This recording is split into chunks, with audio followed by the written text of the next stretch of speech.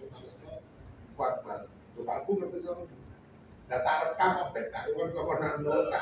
Rekam ini lain daripada yang lain event. Oh, ngono. Aku ramu kenal aku. Aku biyen guru karo wong tuane. Lho, ben di guru. Ya, aku ya guru yang mentorku. Aku kenal masih kaya kacile. Aku biyen iki sampai itu esok itu wis ada. Nangone bapake jenenge Mas Yarso. Aku harus jam 10 mulai, kok jam 4 sore aku teko meneh. Itu bertahun-tahun. Gitu. Jadi kalau kita ini bukan menghadapi, mau membuat kesadaran sama siapapun, itu kita harus punya fundamental, baik dalam hal spiritual maupun dalam pemikiran kebudayaan maupun kesejarahan, ya. Sehingga mereka akan kemudian kaget dan kemudian terkejut dan mengakui. Jika doktrinnya itu terantisipasi dengan kekuatan doktrin yang kemudian sama-sama fundamental, hanya yang ini universal dan benar. Nah, sekarang itu kita sebagai seorang yang nasionalis, saya katakan sebenarnya kayak Pak Andreas ini, spiritual nasionalismenya tinggi. Kata yang lain, spiritual nasionalisme tinggi. Dan spirit nasionalisme dalam hal pemahaman tentang kesadaran jiwa roh ini tinggi.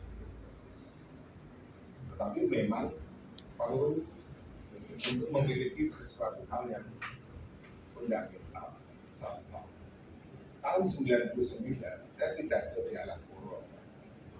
Jadi saya masih muda pastinya tahun 99. Itu berdirinya pendopo di Alas Puro. Jadi kalau ceritain istana itu saya pasti sebelum tahun 99 tidak ke situ. Iya.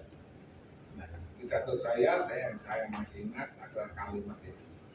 Ojo sepisan-pisan wani ngerampungke kahanan Jawa yen durung tekan Alas. Nah, saya pidato ini sebenarnya saya belum baru mengucap, belum memahami sesuatu hal yang hakiki tentang apa sebenarnya yang dimaksud dengan kalimat ini. Kalimat itu muncul sebenarnya di pemahaman banyak orang, tetapi yang hakiki itu apa? Nah, saya baru tahu itu di tahun 99 juga. Pada saat itu tiba-tiba karena suatu keinginan ya, saya itu berdoa menghadap laut di Alas Puro. Tiba-tiba saya ingin memintakan pengampunan terhadap siapapun orang yang saya kenal, dan saya sebutkan satu persatu. Jadi saya mintakan pengampunan orang-orang yang saya kenal. Saya sebutkan satu-satu, jadi lama sekali, jam-jaman. Ya. Tak pikir sudah berhenti, otak saya berpikir sudah selesai, ternyata hati saya enggak. Saya mendoakan seluruh binatang yang saya ketahui, yang kemudian saya kenal, dan saya mintakan pengampunan.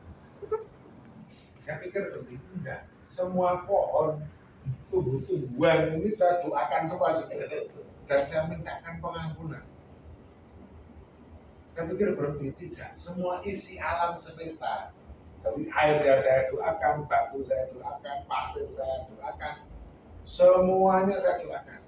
Kurang lebih 6 jam itu. Orang geringingan itu saya ngadep itu ke alas.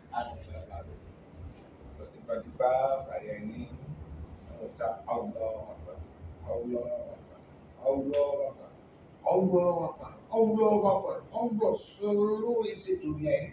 Mungkin karena bisa doakan itu bersenandung Allah. Artinya di depan saya muncul kepala tanpa hidung, tanpa mata, tanpa mulut, tubuhnya memenuhi laut, dan roh saya rasakan itu keluar dari tubuh saya dan berbicara dengan kepala tanpa hidung, tanpa mata, tanpa kuping, tanpa mulut, tapi tubuhnya memenuhi laut. membicarakan tentang peristiwa 500 tahun yang lalu. Dan disitulah sehingga saya tahu tentang seperti itu antara pertemuan antara Prabu Brawijaya dan Sunan Kalijogo. Sebenarnya satu Pahlawan Mayobinggo itu personifikasinya adalah Prabu Brawijaya. Itu roh itu jiwa itu ada personifikasi personnya. Kalau kemudian dalam ketoprak itu diwujudkan dalam bentuk selengean ya itu karena supaya mengatur. Tapi yang jelas kan sabda itu ucapan yang agung. Pahlawan itu landasan yang kuat menjatuh hati tinggal Tuhan. Jadi seorang pemimpin, seorang raja yang agung itu pasti punya sabda atau ucapan yang agung yang punya dasar landasan yang kuat yang muncul dari hati dan dari kelannya. Jalur kelanjutan kesepakatan antara Prabu Brawijaya dengan Sunan Kalijogo.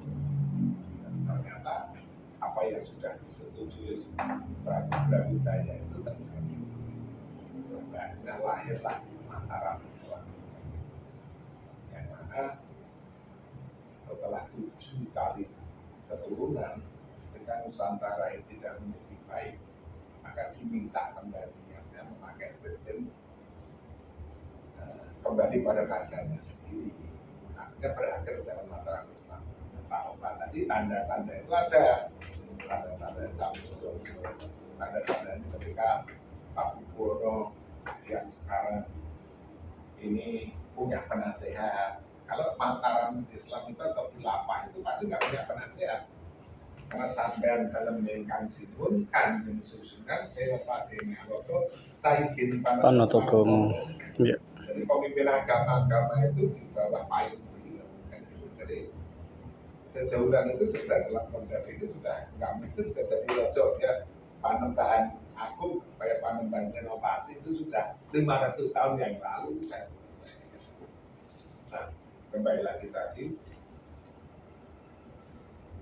Apa yang dilakukan Bapak itu sama juga dengan yang saya pidatokan tahun 2003 di CSS tentang siklus tujuan 07-14-21.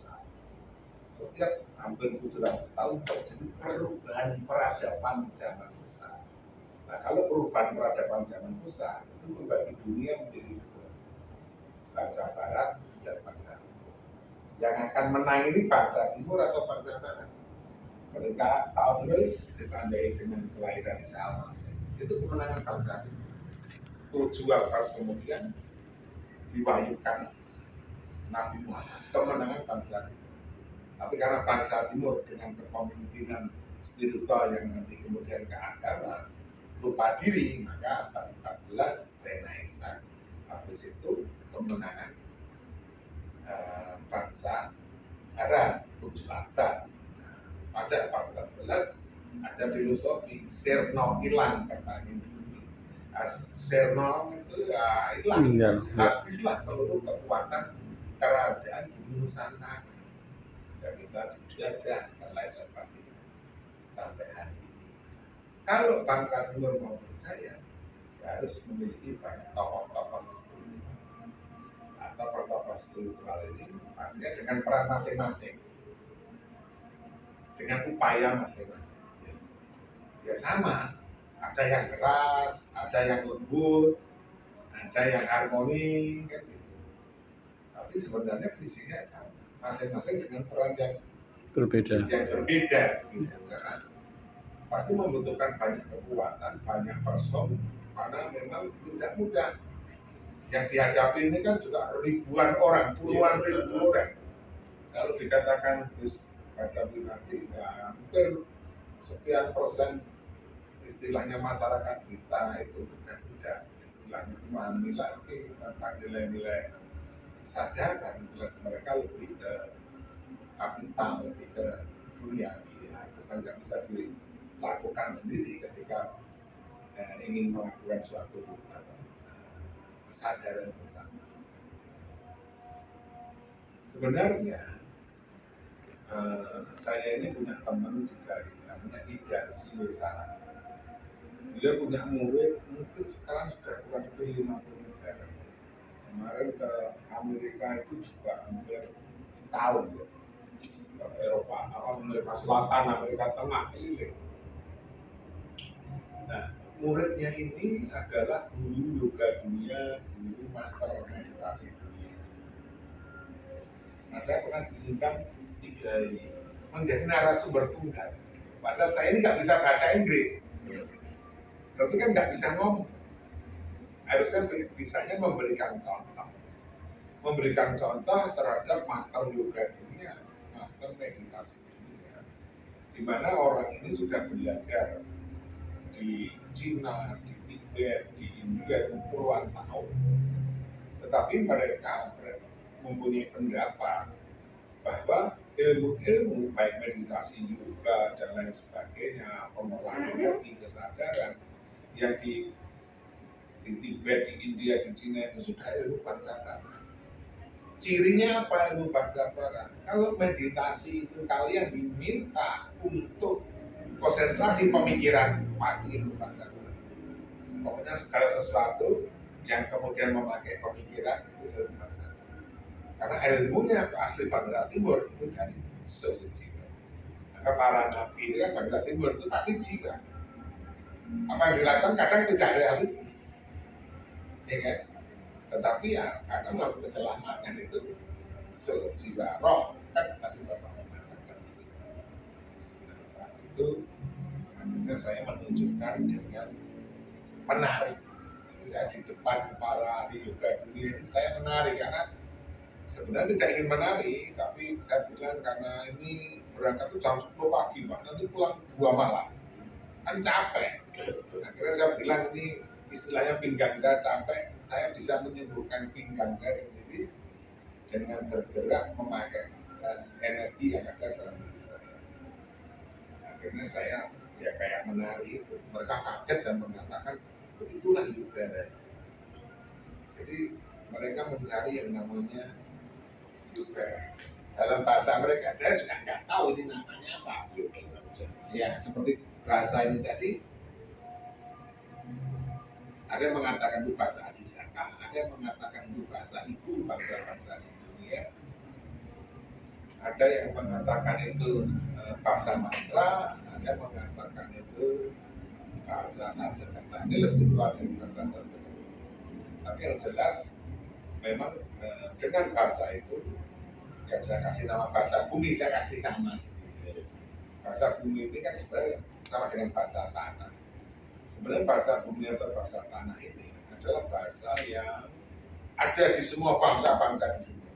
Dari semua bangsa-bangsa di dunia punya bahasa tanah. Bahasa tanah atau bahasa bumi itu adalah bahasa jiwa manusia dengan bahasa jiwa tanahnya dipersatukan. Dan itu pasti bahasa mantra. Nah, kalau ini dihafalkan, ya nanti kekuatannya nggak seperti ketika belum dihafalkan. Ini kan sabtu ucapan. Nah, artinya bahwa dunia ini mengalami krisis spiritual. Dan orang-orang dari berbagai bangsa di dunia ini percaya bahwa kebangkitan spiritual itu akan dimulai dari bangsa Indonesia. Maka kita akan punya program-program diplomasi spiritual ke berbagai negara, bertemu dengan